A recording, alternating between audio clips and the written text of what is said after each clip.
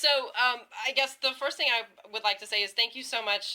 In addition to taking time out of your Sunday for us, I really appreciate, obviously all of the hard work that you've done. I guess continuing to do the work that you had started with Mr. Bell. Am I saying his name right? One of the original people on the original set of towers. He actually was a mentor of mine in architecture, and I guess a number of weeks into this, I mentioned to him that I was doing a new design for Twin Towers since I didn't see any inclusion in any of the redesigns we were talking about. And at that point he said, well, I was on the original design team. Wow. And it was just amazing. He had a wealth of information. We were able to study the original design and come up with something that was better, that met all the parameters in today's world concerning this project. And it's one of the reasons that this project works so well and what they're doing doesn't work was mainly that we addressed all those questions and issues up front instead of trying to retrofit the design with it. Right. I want to jump in here because last night Ken said something that really stood out to me, and that was that architecture is about asking great architecture comes from asking great questions. Right. Architecture is about answering questions. I thought, I never heard anyone say that. Yeah, that's really what produces, I think, some of the best architecture is asking the right questions and, of course, having a great response to them. And so the architects that are involved in the current plan aren't the culprits, so to speak. They were just given the wrong set of parameters or given the wrong questions to answer. And if you're given bad questions, you're going to come up with a bad result. Well, do you also think that I do graphic design, which in a very tiny way is somehow connected to the whole design process, and what I've noticed in some of my less than successful endeavors in the workplace is, if you come up with what you consider to be a pretty good solution to the design question or the requirement needed for that particular project, and then you basically present it to a committee of people, and everybody in the committee has their own opinion about it, and people start kind of taking a little bit from like the Chinese menu column A and the Chinese menu column B, and all of a sudden your design that you've used whatever design processes you've used to get to that point, and you feel like you've presented a pretty strong case for the solution, is now a combination of everybody else's solution, and you've basically put together parts from like a cow, a cat, and an armadillo, and what have you got? Oh, that's true. It really follows the adage that a camel is a horse designed by committee. Exactly. And, that's a classic example of it. And it goes even deeper. That's why they're having all the problems that they're having at Ground Zero now. They really needed from the start one project manager that would, general contractor that oversaw the entire project, that would make decisions, and instead of having this marsh of different things that just really don't work together well. Right. The result is what they have now. Right. Ken and I are friendly with the man who built the original Twin Towers, and he's an extraordinary gentleman, an 87-year-old gentleman, and he said exactly that he never could have successfully built them to begin with if he weren't in charge. Right. If he had to share power with others. Right. And do you think it's because now there isn't just the original probably question of what are we going to put in this place, back in 1970 through, 1972. Now there's the added question, which, as I found out in speaking with some people this week, not only do people want to have the towers back, sure, but they are very concerned that, how do you build a commercial space on top of what is essentially considered by some people in the public to be a burial ground? Exactly, and that's why you talk to the people. When in Architecture 101, if you're going to build a house for someone, you go to that person and you ask what kind of house do they want, and then you get into the details. By just saying, this is what we're going to build there, this is the design we've come up with, without really working with the family members, without going to the people, that's how you come up with something that's as bizarre as what they've come up with. Right.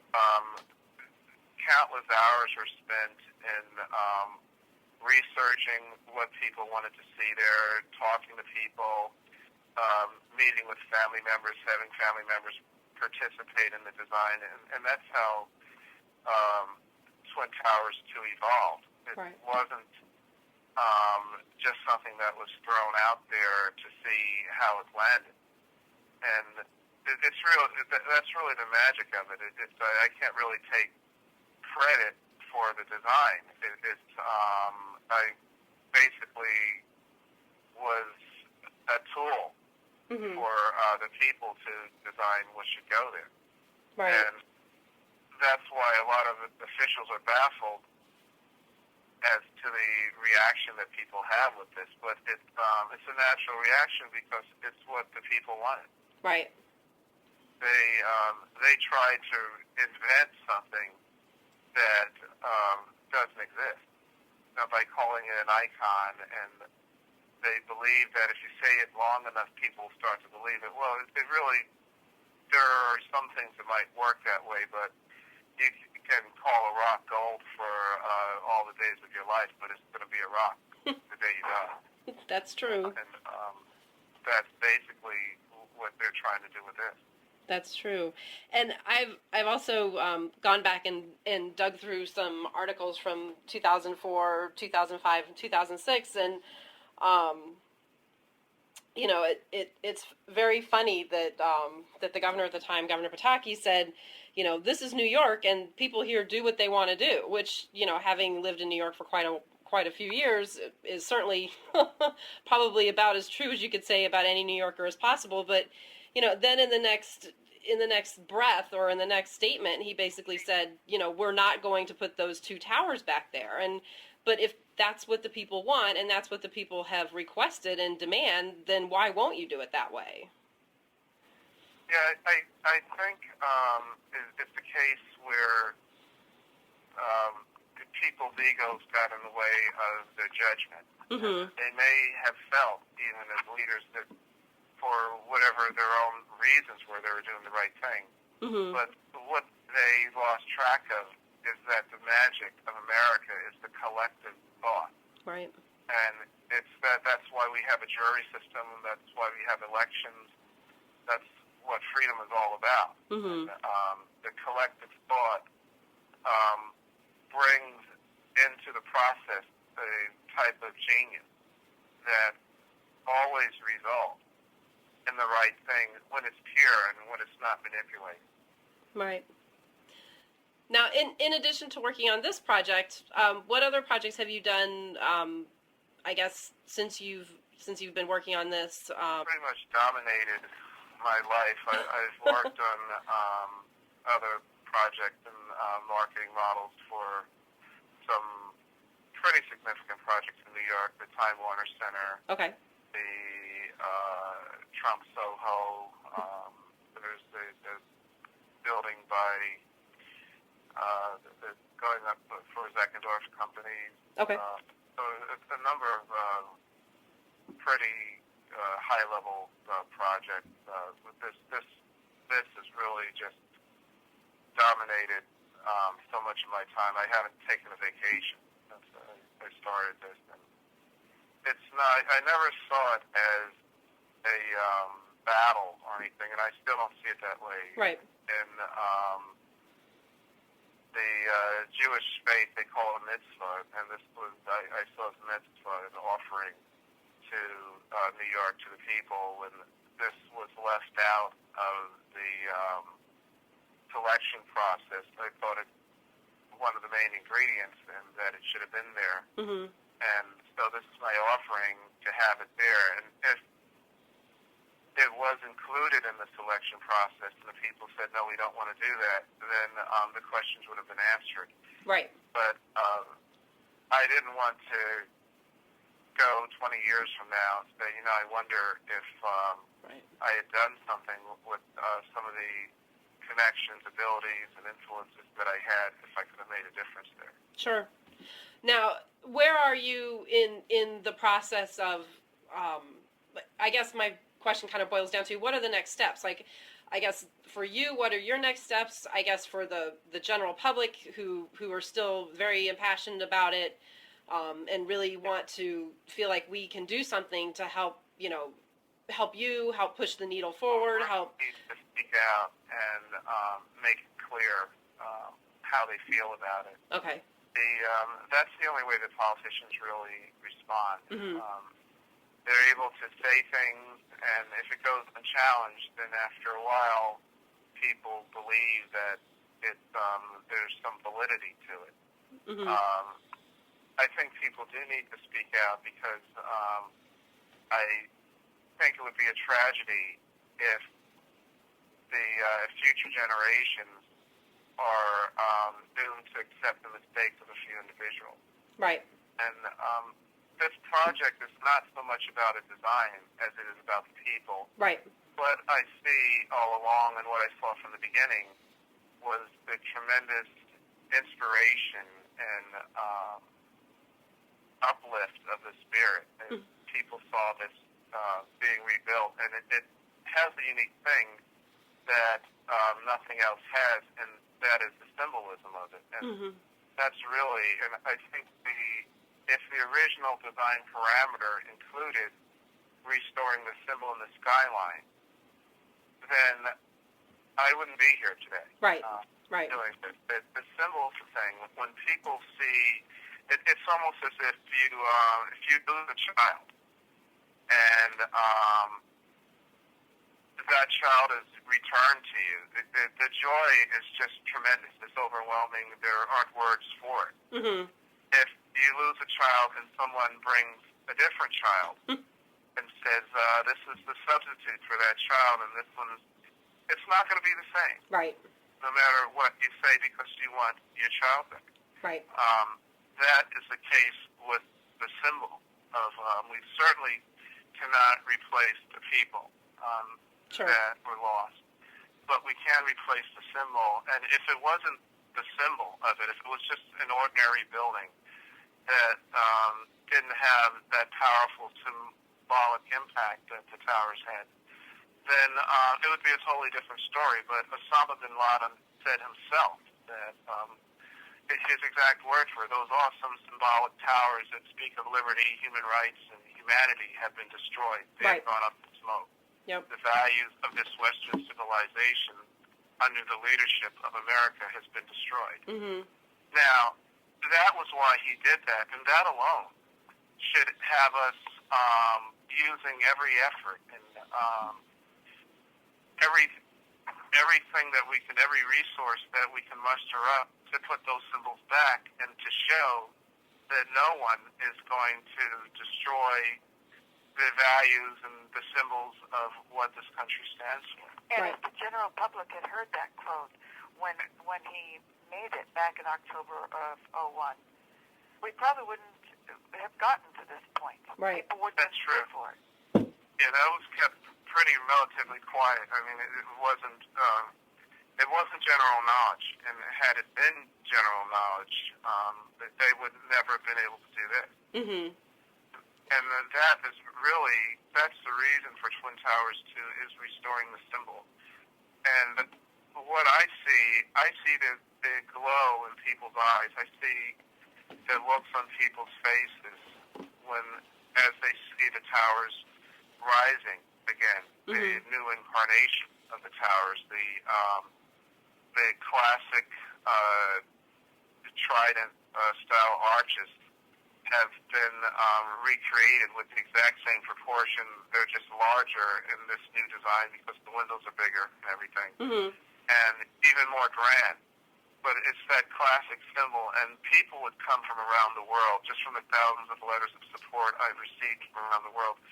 People would come from around the world to see that, and Now, even more than ever, it would tell the world that America is back. Right. When the values of Western civilization are under attack, you can just turn on the TV, pick up a newspaper, and look at what's going on in Iran. Mm-hmm. To show that this symbol of freedom and Western civilization is coming back, that the America that people grew to aspire to is coming back, would have a tremendous impact on the world and this economy. Just for people to see that we're coming back, that we're getting back up on our feet, that yes, we did take a hard hit, but it did knock us down for good. And we can allow a pass for everything. People were in shock. And so for something like the spectacle that's going on down at ground zero to happen in the midst of that is, it's not surprising. It's something that no one has to be vilified for when they see what the impact would be in doing the right thing there. Right. Now, that actually touches on a few points and a few kind of thoughts that I had based on some conversations that I had had earlier this week with some family and friends and just general acquaintances when I presented to them the idea that, hey, did you know that what's happening in New York, it doesn't have to be, the final answer. It's not finished. It's, barely even started, really. And, here's an opportunity for you to, kind of ask a question through me of, hey, if you had an opportunity to ask somebody this question, what would it be? And I was pretty surprised that a lot of people were, I guess, complacent to the idea of putting back the two towers. Some people even thought that the Freedom Tower was finished, which I'm like, yeah, how could you think it was finished? Wouldn't you have heard about it? And some of the other people thought, well, it's taken 8 years. How long is it going to take to build these other two new towers? Some other questions that were brought up, which aren't unreasonable questions, but, shows me that the public has done very little in terms of finding out any information on, exactly what's happening there. It seems to be a quote-unquote New York problem now, despite the fact that we all are very sure that, the rest of the world will certainly benefit, as you've just mentioned, by having the towers put back, not only from the symbolism, but also from the economy. Certainly I would think a huge workforce is going to need to be employed in order to make that happen. So I guess in the middle of a recession, what kind of parameters do you think would need to be put in place in order to get this paid for? Well, I think one of the things we can have this paid, for one thing, this development would be a very lucrative development for an investor. Mm-hmm. Far more than what they have now, because it's a mixed-use design, Twin Towers 2. And by mixed use, that means commercial, retail, residential. Mm-hmm. And that, for a large project, is the most successful in today's market. That's the first thing. The second thing is the initial, that this can be funded through several different vehicles, starting with a guarantee a loan from the federal government. Right. This would be something that we have to remember. The Empire State Building was built in the Depression. Mm-hmm. Yep. So this can be done in that. The design lends itself to mass production, which means it can be built very rapidly, whereas the current plan is a lot more, each floor is unique, plus the building tapers. That's a lot more expensive to build. In addition to the fact that it failed in the marketplace, even when the market was a boom. Right. So the excuse is used now that everything is busted, that it's hard to sell anything now, but the truth is when the market was booming, it also failed. Mm-hmm. So the reality is nobody wants it. For an answer to 9/11 and to the attacks on this society, attacks on everything that this country stands for, that people have given their lives for, that's not good enough. Mm-hmm. That's not a good enough answer to just get it done. This is all we have. We started it. We have to finish it. Right. That's never been good enough for this country. And I think if people knew what was going on and really took a hard look at it, they would feel the same way. Right. The people that I've spoken to feel exactly the same way. Some become very impassioned about it when they see what's going on. Now, I guess it's difficult for me to be in the same shoes as you and feel as compassionate about it, and think about it every day and get really frustrated and angry when when it hasn't the logical, as you said, better choice. Certainly I think it's a better choice, and I just get really annoyed that that no one higher up has taken up the charge to really just grab the flag and run up the hill, even though people like Donald Trump have basically offered to pay for the whole entire thing, or he did at one point, I guess. So what happens next? Like, how do we take the passion that we have and get the people that are just, we'll just take whatever you give us, we don't really care anymore.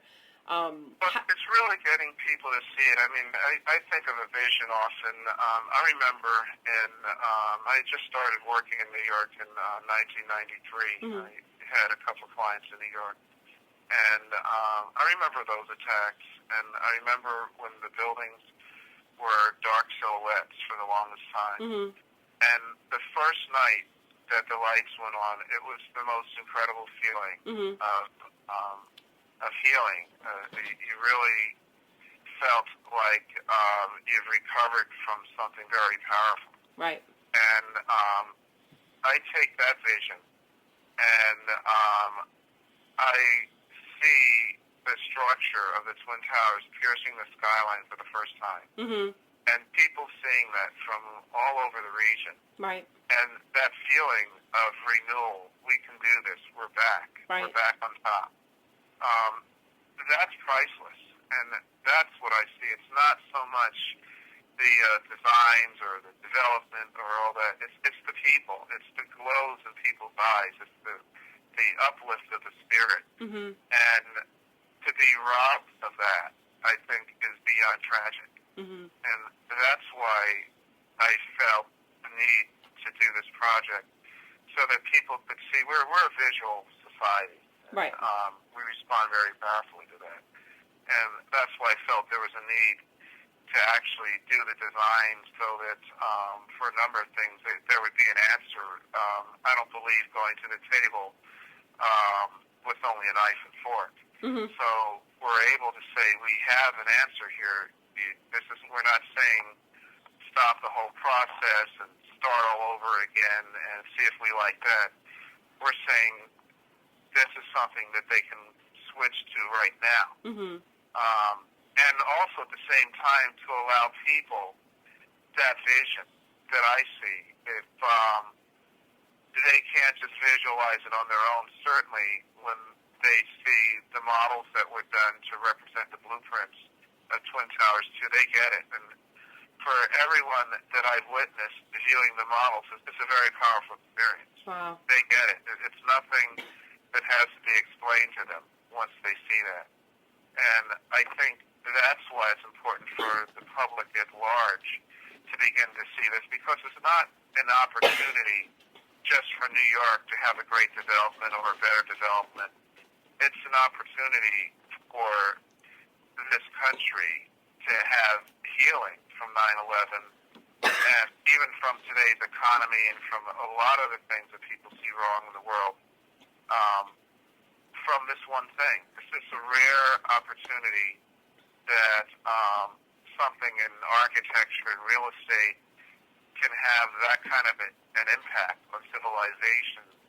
And this would certainly be one of those things that would have that impact. And at the same time, be more economical. It's more efficient to build, and there'd be a savings over what they're proposing. So it's a much more win-win. efficient to build. It's practical. One of the parameters at the beginning was practicality. at the end of the day, it is a real estate project. It is a development. It is a construction project. So it has to be able to be built efficiently. It has to serve a purpose. The current plan is a lot of things about it are just way out of proportion and absurd. I mean, you have a subway hub. It's really a path station, and in exchange for subways that's bigger than Grand Central Station. I mean, it's insane. I mean, these are things that it just really got out of control. And like I said earlier, with the hysteria and the shock of the event, that's understandable. But now if we take a sober look at that and we look at the people and what's going to serve the people the best, right? What's going to inspire the people the best, this is the answer.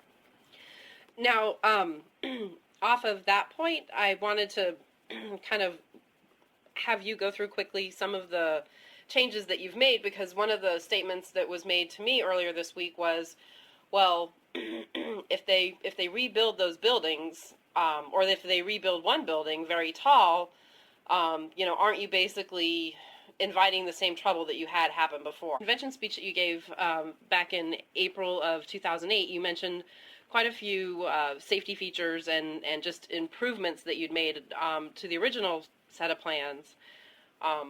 If there's any additional safety features or things that you've had in mind since then, if you wouldn't mind touching on those points, because I think for me, my concern that I was getting from a lot of these people that I spoke to was, what is in place now to avoid the horror that happened before? Because I think the only thing that people have managed to hold on to is the scary parts, the visions of the people trapped in the stairwells, the visions of the people being crushed by the buildings, rather than focusing on the fact that we have twice as many stairwells. Right.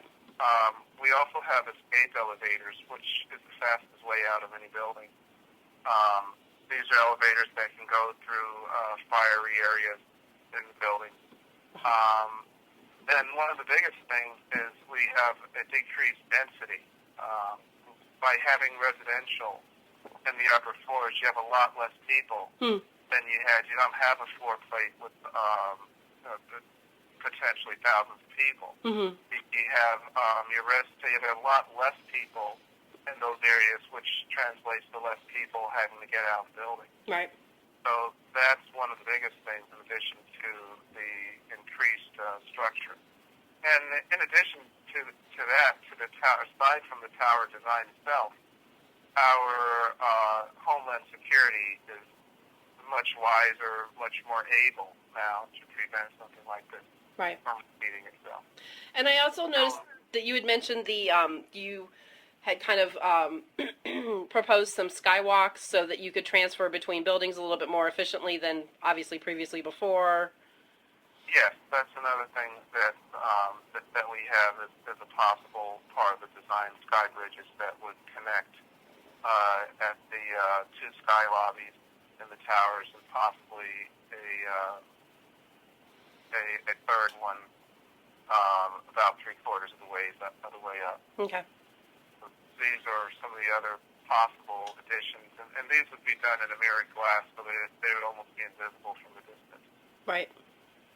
And then I also was reading that you had moved the building slightly or implemented some additional safety features, such as moving them back from the West Side Highway and surrounding them with some impediments or structures so that, the truck bombing that happened, I think was at 1992, even though it happened in the parking garage, people couldn't just drive a truck up, and have an explosion in the face. Exactly. It's a very secure site. To prevent that, one of the reasons they put the bunker around the Freedom Tower base is because because of the location of it. We started in the beginning knowing that would be an issue, so we put the buildings back from the West Side Highway to prevent having to do that. So as a result, you can have a grand 6-story lobby with glass, letting in sunlight, and you see the garden on the outside. It's a memorial garden. It's a very beautiful setting, and that was one of the things that I wanted to create here in this environment, was something that would be very would have a memorial that would be very fitting for and respectful for those who were lost on that day, but at the same time would be a beautiful place that wouldn't be maudlin or anything like that, which is what you have with this massive memorial with no reference to what was there. Right. It's just ironic that to memorialize something that symbolized greatness and height, they've created something that goes down. Right. Yeah, I was kind of touched by the irony of that as well. And then the piece that they have either proposed or they're finishing now, I can't really quite figure out which, that has the falling water in it. I just don't even understand what that has to do with anything. Yeah, it's where I think I think the whole project is a result of art losing its connection with the people. Mm-hmm. And when art connects, it's very powerful. I mean, there are examples all over the world of art connecting with the people, and the power goes beyond measure. This is an example of art not connecting with the people. It certainly connected with the people who created it. Right. But it didn't connect with the people who it was supposed to address. Mm-hmm. And that's the 9/11 families, that's the family of America, the family of the free world. Those are the people that really count, and those are the people that it failed to really connect with. Right. And that's where this comes back to. It's all about the people. And if it doesn't connect, then it's not right. This had too much of an impact on this civilization to be addressed in such a weak and trivial way that it is being addressed with the current plan. Now, and I can applaud them for their attempt to do something that was great. The fact that they failed, and I think the real test of a leader and a leader's courage, a leader's bigness, is to be able to acknowledge that failure and that miss, that strike, and be able to move on and go for the connection. I think that's one of the biggest problems here is that they haven't acknowledged yet that they've struck out. Mm-hmm. And they're standing on the plate demanding another pitch. Yeah, even in the architectural record article that I found that was written just a few days ago, they've mentioned that in their memorial structure that they're getting ready to launch or open to the public, that the way that they've arranged the names, which again goes back to your statement of the people, they have openly admitted in this article that they realize that the way that they've arranged the names may not make sense to the public at all, or even immediately, but once you understand, what they were trying to do. So, having gone to art school, one of the first tenets that they basically try to get into your head is if you have to explain your design or explain your art, you probably have missed the mark, or you probably have not quite answered the design question. Yeah, exactly. And it is a classic example of art not connected. And I've just always felt that this is much too important to allow that and say that's good enough. I think it'll be just a tremendous tragedy for what was possible Mm-hmm. for the people. And Right. that's really what this is all about. And to me, that's worth all the effort. To at least, I remember one family member said to me, even if this is never built, if they go ahead and build the other thing, and that's what we have to live with. She said, I'll never go to see it, but I'll always be at peace because I've seen this design and I've seen the right way to memorialize my brother. Right. To have people say that, to have firefighters come up to me and just quietly say, this is what should be there. Wow. And to see their reaction to it, it they react to a model that way. And we're going to start to talk to Margaret just over the last day about making it available so that certain people can see the model, because it's something that I cannot explain. Yeah. And, the reaction is just very powerful. Well, I saw the clip of you on TV with it, and just watching it on my computer screen and seeing it, generations away from what it actually looks like in real life, I can't even imagine. Like, if that was at my house, I'd probably just move my bed closer to it. Even for me, having created it, when I go into the studio, it still has that same impact. It hasn't. There are things, even when you buy a new car, it can be the best car on the planet. After a while, it's just a car. Yep. But each time I go into the studio and look at it, it still just stops me in my tracks. Wow. That's amazing. And it's because of the symbol. Right. That it's not, it hasn't so much to do with the design part of it. Is really the mechanics. It's really answering the questions. It's making things work. But it's a symbol. There's a certain feng shui to the juxtaposition of the buildings to each other. The memorial and the alignment of that, and reflecting the original design, which were these two tall rectilinear structures out of a set of lower buildings. Taking that parameter and recreating it.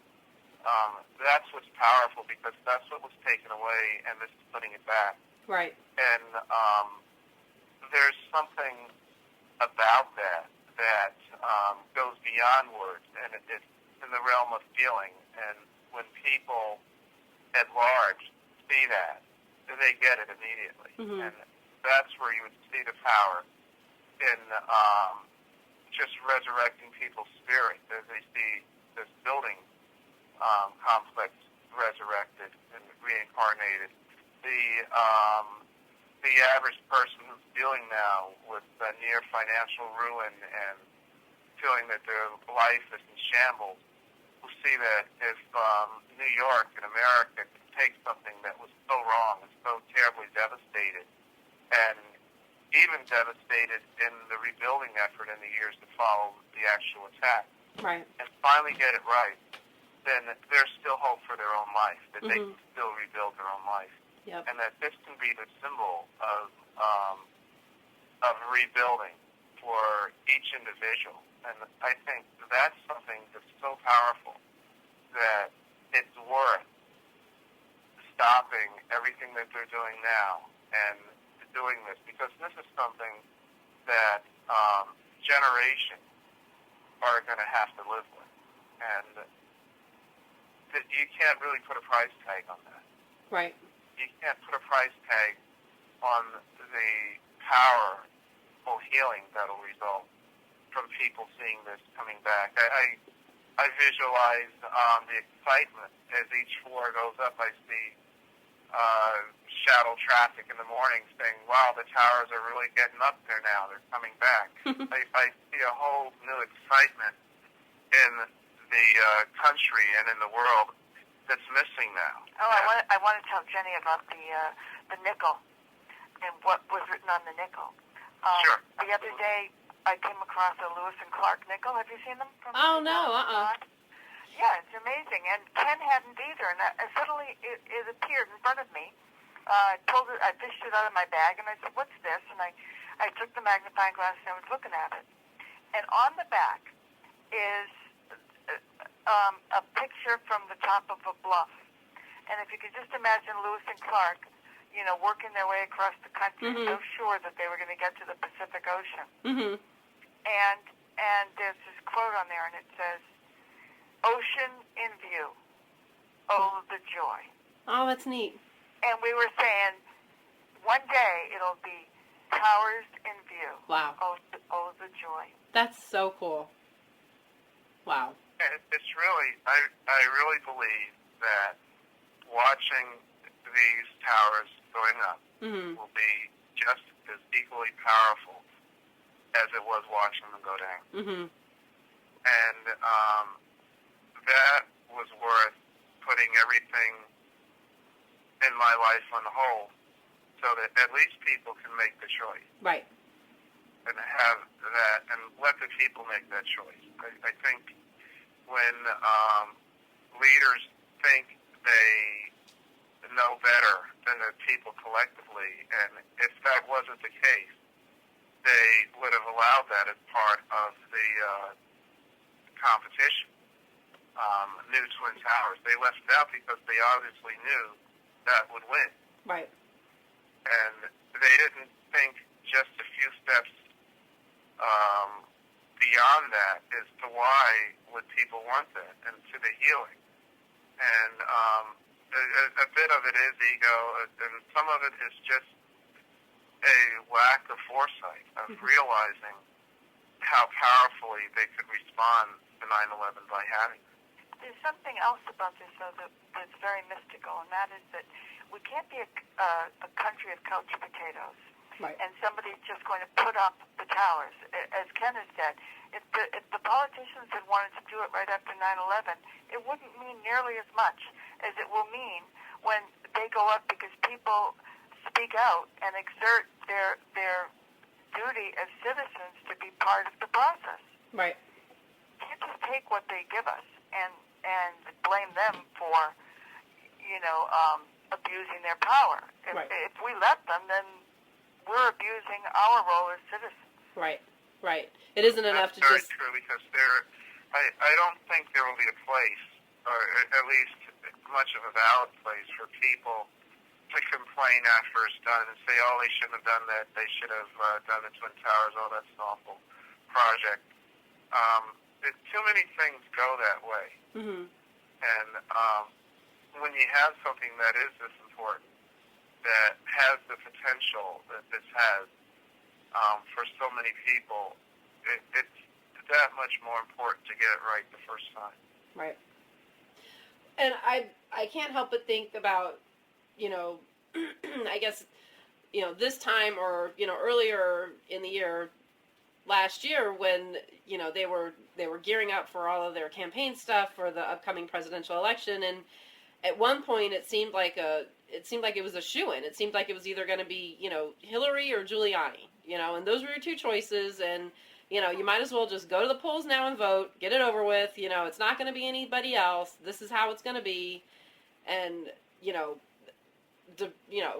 despite what anybody's political leanings might be, you have to admit that it was a pretty roller coaster ride from this time last year until November and a little bit further, and, you don't have to just, I guess meekly go with what the news hounds are telling you, or what the politicos are telling you. You can go make your own choice and make your own vote. So. And that's a great example of what's possible when the people actually get involved in something. Right. And I think if the people get involved in this and take a stand, we can create something really special. It's not. This isn't about fighting what the establishment wants. This is about creating something that's really special. But we could walk down. We could walk down the street and ask 100 people if they think it's still possible, and if there's an option and there's an alternative, and 100 people will say no. Right. So at a certain point, how do you get them involved if the media is so dead set on not even letting them know that there's an option? Right. And I guess for me, that was the most astounding part in talking to just a few people this week. I didn't even certainly talk to 50 people, much less 100 people, but the general consensus was, oh, we thought it was already, bought and paid for. It's already in the box, the tag's on it, it's ready to go. And I said, no, it's, you haven't been there, you haven't seen, it's still just a hole in the ground. They're like, well, they have a train station. I know about the fact that Silverstein is still battling the Port Authority. Right. Threatening arbitration, he's trying to get the people. And then that's one of the biggest things that, and I imagine it's a great fear that they have, that the people would know that there's a battle to get the people to pay for something that the people don't want. Right. Right. So that tells you right away that it's not done. There is a transition plan that we have for this to, and we've spoken with some of the foremost skyscraper experts in the world, Mm-hmm. that this is not only possible but viable, and it should be done. Mm-hmm. So it's a very realistic plan, and that's one of the things that they would rather, the people behind the current plan would rather not have anyone aware of. And when they make statements, as they did a little over a month ago, that this could be finished almost 30 years from now, it's really absurd. And the idea that they would actually let this go, Right. answer Osama bin Laden by saying, yes, we are weak, yes, you did succeed, Mm-hmm. and guess what, we're not going to do anything about it because we can't. Right. That's about as un-American as it gets. Right. Right. And the truth is, almost all of our past leaders, and I say almost because I don't know them all personally, but it probably is more accurate to say all of our past leaders would have had the towers rebuilt already. Yep. Ed Koch even said that it's a mess what's going down there. It's disorganized, and they should have just gone ahead and rebuilt the Mm-hmm. towers. He said that like 2 weeks ago. Yes. Wow. And he was obviously one of the greatest mayors that New York has ever known. I can't imagine any of some of our past great presidents allowing the country to look like this to the world. Right. Right. Especially in a place, that it's not Peoria. It's downtown New York City. Millions of people are there for work every day. Millions of people are there, on a daily run through for tourism. How could you say that you care about New York as a leader and let this happen? And this actually represents America. It goes beyond New York. Right. Because when people think of the Empire State Building, they think of New York. When they think of the World Trade Center, if you go out of the country anywhere, they think of America. Right. And that was why Osama bin Laden chose to attack the World Trade Center. Twice. And he chose some of the other targets because they represented America. He didn't attack other buildings. He didn't go after City Core. He didn't even go after the Empire State Building. Right. He went after the buildings that symbolized America. Right. And for that reason alone, they should have been rebuilt. And it addresses a whole myriad of concerns, from those of nationalism and patriotism to those of healing to those of peace. The World Trade Center Association was created to promote peace, world peace through world trade. Mm-hmm. These new incarnations of the World Trade Center can come to symbolize what's possible when society in the free world gets together and makes up their mind to do something really great and inspiring.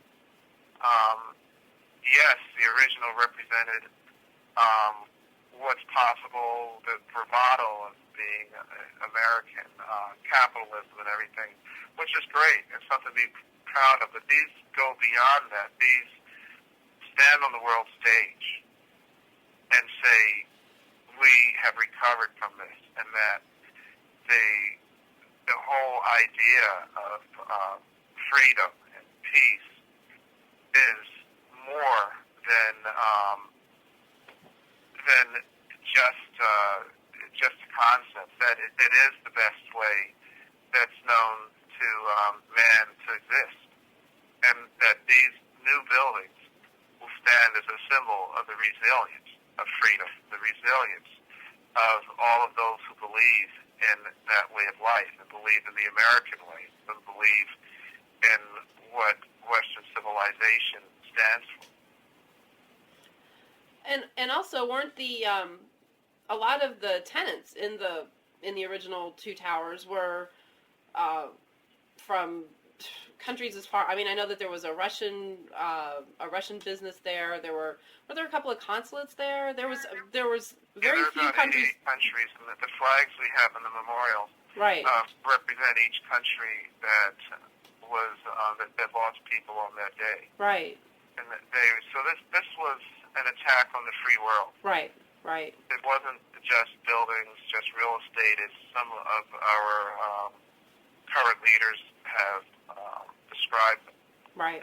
This was an attack on the free world, and I think it could be a great opportunity for the free world to get together and to put these symbols back and celebrate that resilience Right. of freedom. And people will notice this not only now and around the world, but for generations to come, that how we answer this will speak loudly to them of who we are as a people and a generation. And did we answer it with a weak answer and a confused answer and an answer out of fear? Right. Or and even abject incompetence? Or did we answer it with strength? Right. And resolve? And so that's what this is all about. And also a call to unity, which was I guess, kind of the reason that that there was on September 12th. I remember, as Margaret and I were discussing the other day on the phone, that it was in the midst of all the horror, there was an opportunity for people to kind of put down their sorrow, put down their sadness, and pick up the call that we are all one world and we were all one people, and we can all find some meaning and find some way to find some healing out of everything that had just happened. And as Margaret had mentioned, that was going to kind of be a piece that was going to be focused on this year. And absolutely, I think the unity that was seen on September 12th was something that was really amazing. And what spoke volumes and loudly to me was that the possibility of it was so powerful. Right. And we want to try to create something like that this year on September 12th, making it an International Unity Day. Mm-hmm. And having people around the world participate in that unity. And because a multimedia event. And it's something we're working on. Margaret could say a little bit more about that. Well, I think at this point we don't really want to say too much more I about don't want to say too much about it. It's something It's coming. But we do want to begin to take the focus off of all of the wrong. Right. There's so much focus on what's wrong in the world, and begin to focus on what's right in the world and the possibility of a better world. Right. And really actually celebrate that. So that's one of the things that we're looking for, that we can take all of the darkness, the tremendous darkness that was unleashed on the world that day, and turn it into light. And so that's what this is all about. It's all about the people. If we can get to that point, if we can look beyond someone's feelings being hurt because their design might not be accepted or something, and look at what is really going to move the people in the most powerful way, Right. then we'll see a shift here. Not only will we see a shift at ground zero, but we'll see a shift in the world. We'll see an uplift of spirit again. We'll see people walking down the street with their heads held high. There won't be the sense that it doesn't matter what I feel, the government's going to do what they want. They don't care about what I feel. I'm doomed to whatever. Right. We won't see that. We'll realize once again that it's the collective America and the collective free world that can really, in the final analysis, move the world. I mean, we saw that in World War II, that this is an American tradition. We were one of the smallest militaries in the world when that started. And in 4 years, while fighting the war, we became the superpower. And we did that because of the value of this way of life, of freedom, and the value of liberty around the world. That's the resolve that the people have when they're allowed to speak and they're allowed to work together. And we can do that now. We see what's going on around the world in Iran. We see in some of the countries in Africa when liberty doesn't exist and when it's challenged and threatened. And they're looking at us. We're their heroes. Right. We're their example.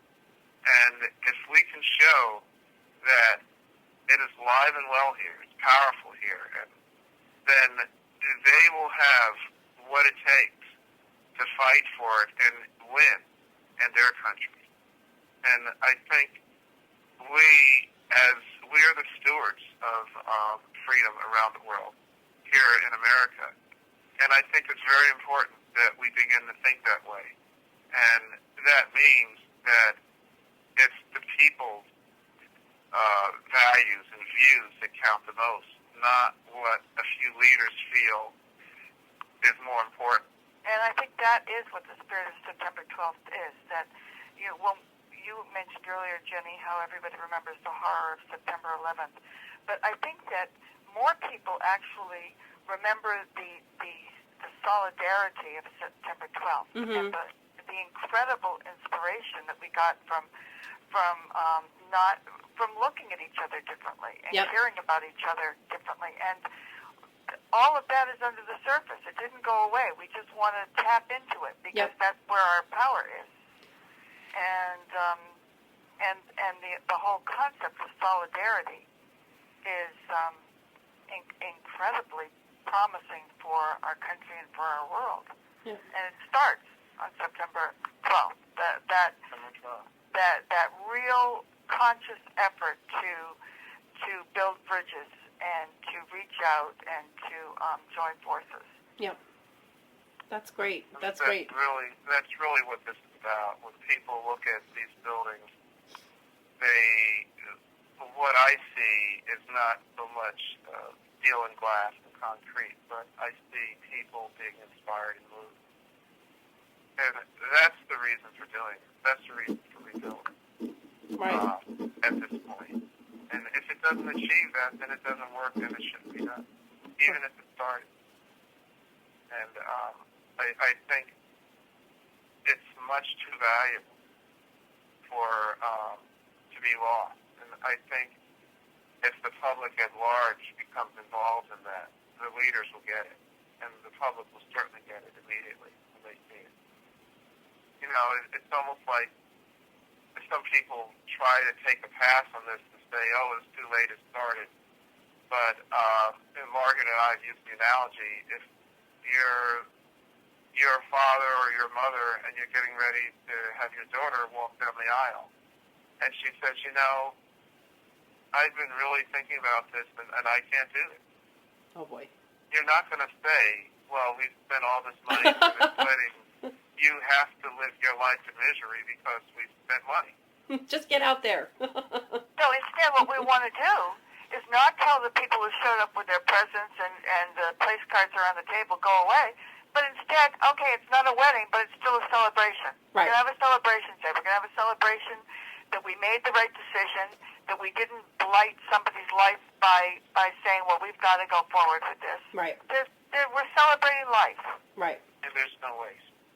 Right. That's really what this is about. You know, let's not marry this generation and future generations to misery. Mm-hmm. Yep. You know, that's really what's. And if there were a way to take this current project and have that impact, I would be for it. Mm-hmm. But they've had two groundbreakings because they just didn't stir in the type of impact that they wanted. They didn't because they couldn't. There was nothing there. Right. So it's clear that this is not the right project. And anyone who thinks it's hyperbole to say that, you know, it's that important as Ken's been saying, should just ask themselves, if we can't come together on something that people care about in such a bipartisan way, right, and have any impact on our leaders, then it's all downhill from here. Right, exactly. When would we ever have more, more influence? Mm. So this really is ground zero for our country as much as anything else. It really is. And if anyone has any question about that, ask them what they would have thought if someone would have said on September 12th or the night of September 11th, Mm-hmm.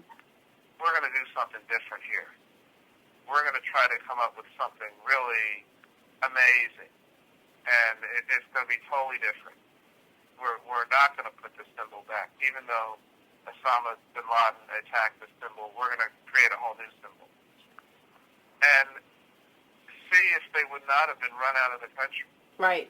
Or they probably wouldn't have even made it to the front door at that point. I don't know They how might have been, since people in France were saying today we're all Americans, and people in other countries were saying that they might have been run off the planet. Right. I've heard so many times people saying that as they were walking and running and, going over the Brooklyn Bridge and heading north and looking back, and they were thinking they're going to be back. Right. People had such a sense that the only thing that made them able to stand that horrible moment was that certainty that we were going to make it right. Right. Really, that's really, I think for the president, if he were to take a leadership role in this, and I think if he were to meet and have a real summit, they want to have a summit with the stakeholders, but the people who are involved in the current project don't make a summit. It would have to be people with other views, and if the president were to get involved and have the World Trade Center rebuilt as the World Trade Center, then this would be one of his great legacies, just as putting a man on the moon was for JFK. Yep. You This say is that. what leadership is all about. Leadership is not what has become in the modern day watching to see what's safe. I've had so many leaders say to me, well, this is radioactive. And we have to be careful how we address it. So that's not leadership. No. No, that's how, that type of response to dealing with tough issues is what produces a Lord Chamberlain. Right. That's kind of how we got to this point. Exactly. The leadership is taking a tough challenge and being a stand for the people. And it's really, it just goes back, I can't say it enough, the inspiration and the excitement that would result from this. And if we can take such a dark and tragic day and find some light and inspire people, there's no price. Right. It's too high for them. Definitely. Now, aside from the fact that the current plan will doom future generations of New Yorkers with extremely high budgets just to maintain. Mm-hmm. $50 million a year to run the memorial. That's absurd. Holy cow. Another $1 billion endowment for the memorial. And it would be one thing if it was received overwhelmingly by family members and citizens alike, but it's been the exact opposite. Mm-hmm. And those who say that, well, people will come to like it, that's not good enough. Can you imagine a stockbroker saying, I got this great stock for you, it's extremely expensive, it's probably going to make you bankrupt. I know it's not good now, but after a while, it might be good. Right. I think he'd be out of business very soon. It wouldn't take long. But that's what we're doing with the current plan. Right. Jenny, the year that you got in touch with us at the Twin Towers Alliance, that same week, a gentleman wrote who grew up in Brooklyn, and he said that he used to, from his bedroom, watch the lights of the Twin Towers at night and imagine the cleaning people who were in there working. Yeah.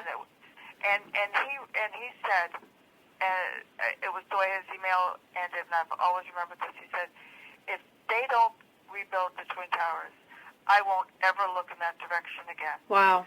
Because there'll be nothing there to see. Yep. And, that's the way people feel who are looking at New York from Brooklyn or Staten Island Right. or New Jersey. Yep. And these people who are so Manhattan-centric, and they don't know what it looks like from the rest of the world. Right. And what we stand for, what the magic and the excitement that people feel. And I if they don't rebuild the towers, then I see it as a total alienation of affection. Well, and it also isn't, I mean, the Empire State Building's beautiful, the City Court building is unique, but those towers are, I think you've said it, Margaret, they're the exclamation point at the end of the words New and York. And that is that's what makes New York, New York. I mean, when I see New York in TV shows now, or I go to a film and see them and see, clips of New York in a film, I'm like, this isn't New York. This isn't my city. I don't know where you could have shot this in, I don't know, someplace in Idaho for all I'm concerned. And, it is more than just the buildings, as Ken has said. It's much more than, than even just, the commerce and the industry that was going through there on a daily basis, or the money that was made there. It is about the people, and it is about I guess they had their own personality, but in a way that kind of transcends the word personality. They really did. They had a personality that other buildings don't. And what you just said about the exclamation point, I didn't say that, but it's really interesting that you brought that up, because that was a remark that a young man, a teenager, sent it to us. I think, in fact, he's someone who's living in Dubai right now. I think his parents are in the diplomatic service. But in any event, it brings to mind the fact that the most extraordinary tributes that we've gotten from people who write into the Twin Towers Alliance almost always come from teenage boys. That's neat. It's amazing. They really fire the imagination of young people. Wow. It's very stirring. It's moving, and it's painful too, because Right. you hate to think that they would be disillusioned at the very beginning of their life. That people, especially people who haven't seen it, seeing the actual buildings, the thing that was magic about them was that they weren't just tall buildings, but each floor was a full acre. Mm-hmm. And you had two of these together going 110 stories up into the air. It was just a magnificent spectacle of a structure to see. And that was part of the majesty of it. That represented the greatness, the awesomeness of America. Right. And best way to not put that back is just to take a step back. And it's to say, for whatever reason, if the excuse is economic, which really doesn't hold much water, because what they're building is far more costly than Twin Towers 2. Mm-hmm. Security, it's not as secure as Twin Towers 2, so it doesn't even win in that area. But whatever reason, it's a step back, because one of the great things about this country is that we can do and find a way to do whatever we're committed to do. Right. So to finally say that we're beat on this one, it just doesn't work. And how can we continue to be the leaders of the free world if we refuse to be leaders right here in our own land? True. In our own backyards. And we've had the eyes of the world on Ground Zero now for 8 years. And I think the inspiration and the excitement on making this switch now will eclipse any of the cost that's involved in making that move, and ultimately will generate much more revenue and save than if they were to continue on this current path. Right. And this can be symbolic of what's possible when the people get involved. Because when this is done, this will be an opportunity for people to look at, and it will be different from the original that were created by people with great vision. This will be something that individuals can look at and say, I had a part in making that happen. That's there because I said something and I did something. Right. And I think that'll be the motivation for the public to get involved. This is long after after this decade is over and all of this, they'll still be able to point to that and say, I had a part in that. I made that happen. By using my rights and my voice as an American. Or as you were saying before, wouldn't it be neat to have future generations be able to say, yeah, my grandparents, helped raise money to build the, 110th floor, or, my aunt was, she was part of the team that, that helped, I don't know, plant the plants on the 12th floor or whatever. And people would love that. I think this is, and I think what's really, and what can be the potential to make this really special is to have the people. The people were attacked. It wasn't just buildings. It wasn't just New York. The people were attacked. And to have the people put these buildings back. There's one other thing that we haven't mentioned that is really of great significance. And that is that if people who are our enemies can point to something and say, we did that. That's there because of, that's our handiwork.